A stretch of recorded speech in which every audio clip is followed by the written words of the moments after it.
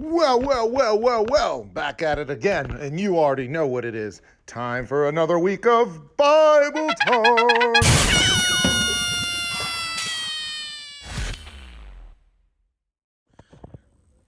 So we've made it! Still here in room 109 with our mess. We are at our last week of Bible, and I can tell you the truth. It's been an awesome summer.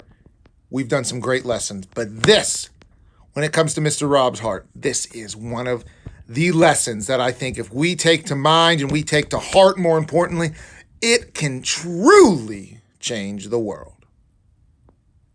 Wow. And you know what? We're not even doing a different Bible verse this week. Since it's the last week, we're just going to stick with our main Bible verse of the summer.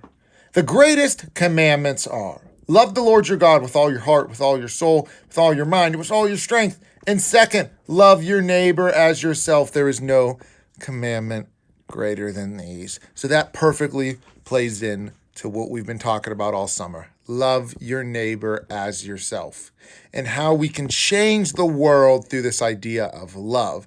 And I think a major way we can do this is through the word forgiveness. And before we dive into that big word forgiveness, let's watch our last and final video of the week. Oh. So what been going up with you today, man? Like, you don't seem to be acting right or acting yourself. What's going on? Well, I was hanging with my boys. They just kept making fun of me, man. Like, they kept picking at me, saying weird stuff to me, and I just couldn't take it. So you got what you do. So you like say something to them, like, what'd you do? Like, you just didn't do nothing? No, I just got really, really mad. Why don't you like talk to them or like let them know or anything? Bro, I can't explain it, bro. I just got real mad, bro. All right. Are you sure you don't want to like talk about it? No. You know what? What? What, man? It's just gonna. Hey, Langston, how's it going, man? Why are you talking to me? Like, just leave me alone, bro. Hey, yo, Langston, is that you? What's going on, man? Man, why are you talking to me, man?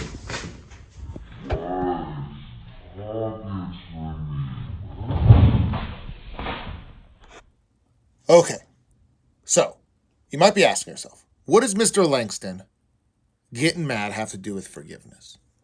Well, let's go back to what the beginning of the story was about. Mr. Langston got upset because he had been with his friends earlier and they were making fun of him. And then the whole rest of the day, when he saw Miss Sarah, he was upset. When someone yelled at him across the room, he was upset. So I want to share the first thing I think this teaches us. If Mr. Langston would have talked to his friends who were making fun of him and then forgave them, he probably wouldn't have been mad the whole day. So what did that successfully do? It successfully ruined his whole day. So that's huge. And the second thing I want to say is forgiveness is not easy. Let me say that again. Forgiveness is not easy. I'm going to say it a third time. Forgiveness is not easy. In Langston's situation, it wouldn't have been easy. In our own lives, we have bigger situations that we can even share about forgiving people. But ultimately, who was the greatest example of forgiveness ever? It was Jesus who forgave us of our sins.